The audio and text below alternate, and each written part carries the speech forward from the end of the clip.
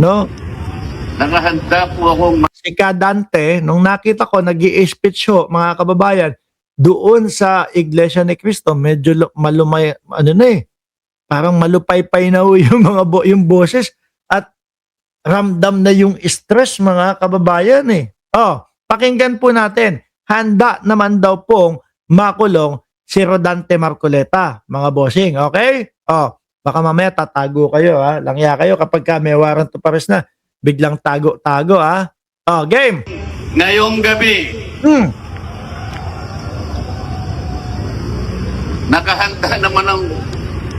Nakahanda po akong magpakulong.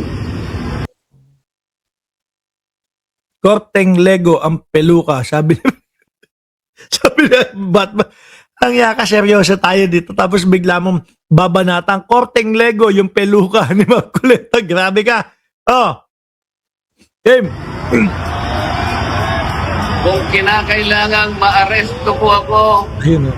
wala pong problema. Pakinggan yung magsalita si Rodante Marcoleta. Saka yung bawat bitiw niya ng mga salita. No? Ramdam mo yung pag-aalala niya sa sarili niya eh. O, atras ko lang, ulitin ho natin mga kababayan. No? O. Ngayong gabi, Hmm.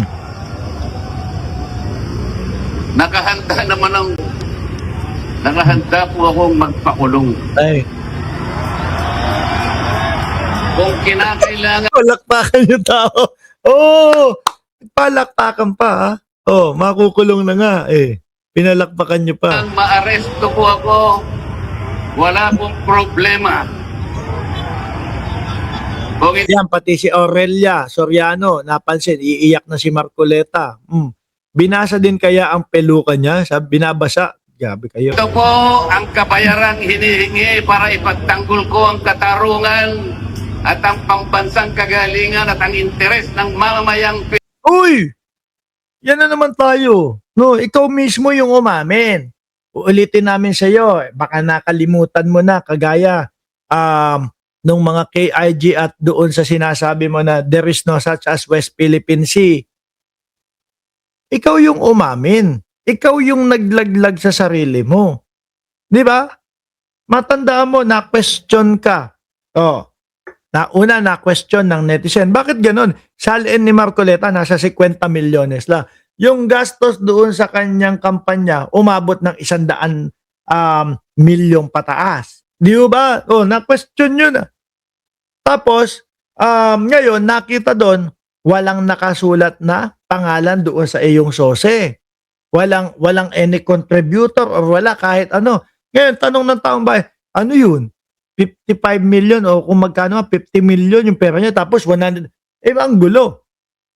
Para po, umaga, mailusot siguro, nagsalita sa Net25, nagsumbong, no? Doon sa kautuan niya, mga bossing, no? Kautuang dila niya, mga kababayan. Jen, alam mo naman na meron naman talagang mga kaibigan na nagbigay. Kaso sabi ng mga kaibigan ko, wag ko na daw isulat yung kanilang mga pangalan. Kaso po sabi ng sose, lahat ng donor, lahat ng magbibigay sa iyo, isulat mo dito. No? So ngayon mga kababayan, para siguro maiiwas ni Kadante yung sarili niya doon sa sitwasyon na yon, sinabi, wala pang eleksyon. Congressman siya. Oh, natatawa nga ako, sabi ko, siguro kung sakali man, sinabi na lang ni Kadante na, hindi ko po naisulat, ganito. Siguro may fine or administratibo or kung whatever lang yung kaso. Umabot na po ng plunder, mga bossing, dahil po sa mga pagpapaliwanag ni Rodante Marcoleta. Sabi ni Edgar DP, WPS, West Philippine Sea, ipamimigay. SOSE report, wala. Pati SALN declaration, palpak talaga. Kaya nga ang pinagtataka ko po, sinisigaw ng mga nagrarally para sa Pilipinas, no? Tapos, ang ipinagtatanggol, si Rodante Marcoleta, na there is no such as West Philippine Sea. At i-give up yung KIG. Sabi ko, inalok ko yung ulo ko. Ano ba talaga yung sinasabi nitong mga ito na para sa Pilipinas? na ang pinagtatanggol ay walang there is no such as West Philippine Sea at i-give up yung KIG. Totoo ba na para sa Pilipinas si Boss Dante Marcoleta or maka China si Boss Dante Marcoleta? Ano, tuloy natin. Pilipino.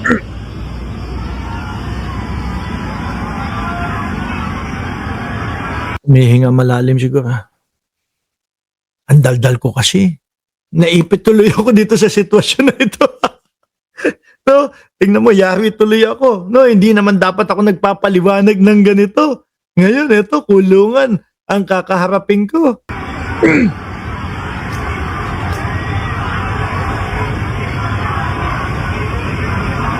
Uy mo, napapatahimik si Marcoleta.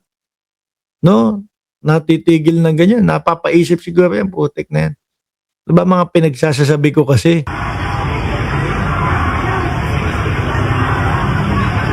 Uy!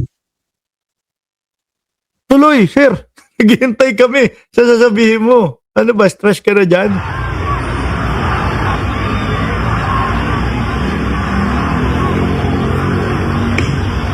Ano na? Sana man lang, Ayan.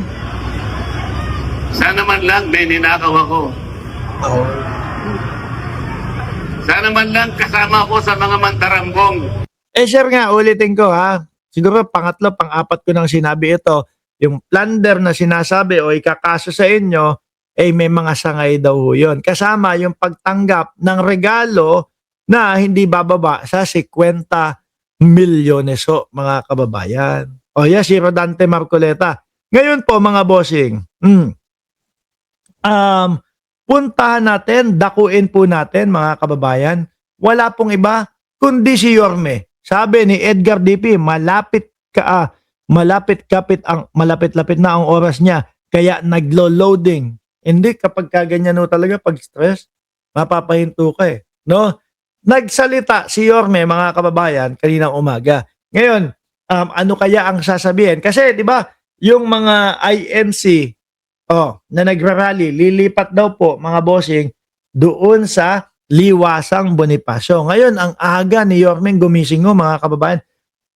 Kami pong mga vlogger, hindi lang po vlogger, pati po yung mga pahayagan, pati po yung mga pelikula, lahat, no? Kapag kayong gumagawa ng mga titulo, title, etc., mga boss chief amo, sir, syempre may pa-suspense yan. Kung babasahin ninyo yung aming titulo dito sa vlog na ito, mga kababayan, no?